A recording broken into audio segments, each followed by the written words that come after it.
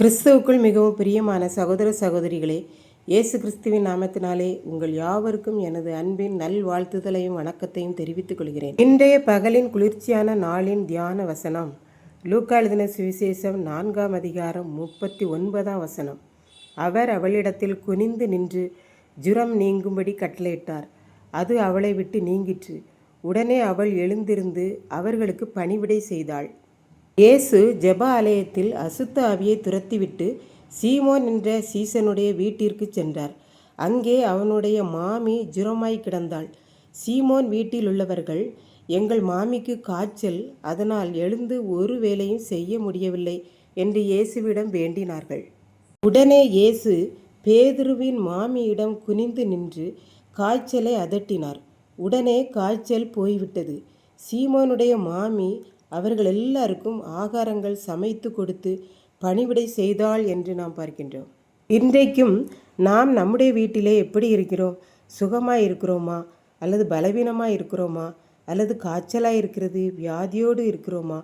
இந்த சீமோன் வீட்டில் இயேசு உள்ளே நுழையும் வரை பலவீனம் சுகவீனம் இருந்தது.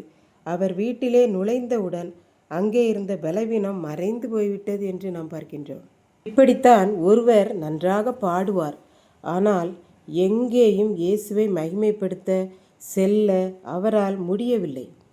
காரணம், அவருக்கு தீராத தலைவலி இருந்தது.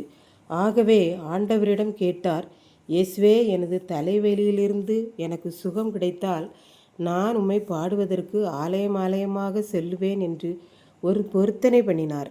என்ன ஆச்சரியம்! தீராத தலைவலி சுகமாகிவிட்டது. இன்றைக்கும் அவர் ஊராக சென்று ஆண்டவரை புகழ்ந்து பாடிக்கொண்டிருக்கிறார்.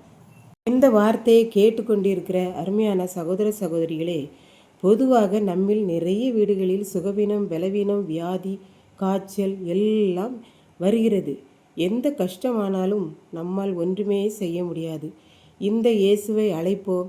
இயேசு தெய்வமே, என்னுடைய பலவீனத்தை எடுத்து போடும் ஐயா என்று அவரை அழைக்கிற போது, அவரை வேண்டிக் கொள்கிற போது அவர் நம் இல்லத்திலே வருவார், நம்மை குணமாக்குவார் என்பதில் சந்தேகமில்லை என்று பார்க்கின்றோம். நமக்கு சுகம், விடுதலை கிடைத்தவுடனே அவரை மறந்து விடாதபடி என்றென்றைக்கும் நாம் அவருக்கு பணிவிடை செய்ய அழைக்கப்படுகிறோம்.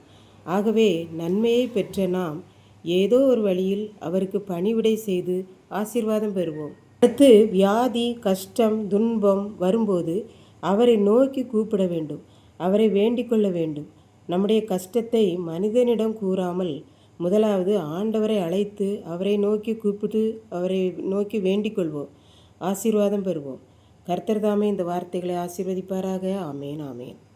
ஏப்பாம், அன்பின் ஆண்டவரே, இந்த அருமையான நல்ல நேரத்திற்காக நன்றி செலுத்துகிறேன். இப்போதும் இதை கேட்டு கொண்டிருக்கிற அருமையான ஒவ்வொரு பிள்ளைகளும் தங்களுடைய கஷ்டத்தில் உம்மை அழைக்கவும், வேண்டிக் கொள்ளவும், ஆசீர்வாதம் பெறவும், ஆசீர்வாதம் பெற்ற பின் உமக்கு பணிவிடை செய்யவும், ஊழியம் செய்யவும் உதவி செய்தரலும். இயேசு கிறிஸ்துவின் நிமித்தம் வேண்டிக் கொள்கிறேன் பிதாவே. ஆமேன்.